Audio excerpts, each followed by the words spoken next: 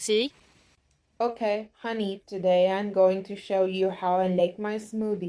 In this case, the first thing you'll need is fruit, which I already have portioned. I save time prepping my meals the same way. And, of course, I'm going to need a liquid.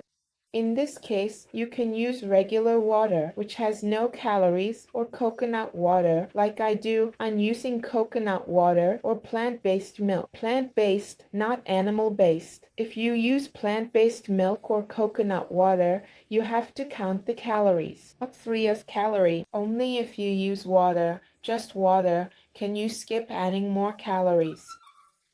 So, well, what I do is simply put the blender on the scale, set it to 0, right?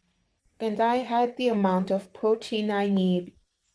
In this case, I'm going to make my protein shake, which is going to be, this time it's going to be like my lunch dinner. And what I'm going to do is, once I've done that, I set the scale to 0 again and add the fruit I'm supposed to have, okay? Today, I chose dragon fruit and banana. For example, I don't add all the fruit, just a portion of it. For example, here I have 600 grams of dragon fruit, so I'm going to use about 250 grams because I don't want it to turn out too watery. Dragon fruit has a lot of water, so I have to keep that in mind when making the smoothie. It's not the same to add plantain or banana, which hardly has any water, as it is to add a fruit that's very watery, like strawberry or dragon fruit. So I put this in here and, in my case, I go with the banana. The banana is never fresh. Well, you can, but it just won't taste as good. So, well, it's about the texture. That's just my opinion. I like it that way. So, in this case, I have them frozen, whole, without the peel. You can freeze them with the peel, but it's a bit tricky to peel them afterward. What I do is cut them up and put them in here. And that's it. That way, the blender does its job. Look, I went over a bit there.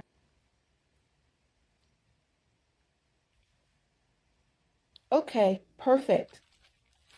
I went over by 5 grams. 5 grams matter, so I'll take it out.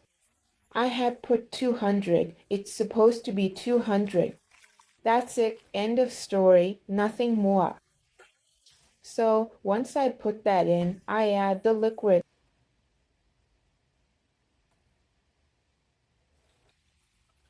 Like I said, pitaya has lots of water. Normally, I recommend adding 300 milliliters, but for pitaya, I'll add 250. I'll drink the rest. And now I'm going to add some vanilla extract, okay? Because the protein doesn't have any flavor and the fruit will add some, but I want to make it taste good. So I add a little bit of vanilla extract.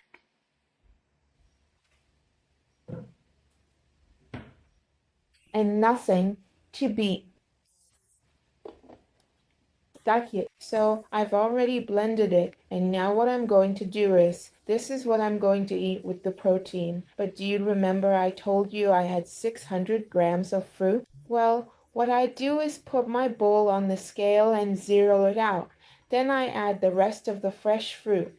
Because having the chunks is nice, it also makes it taste better.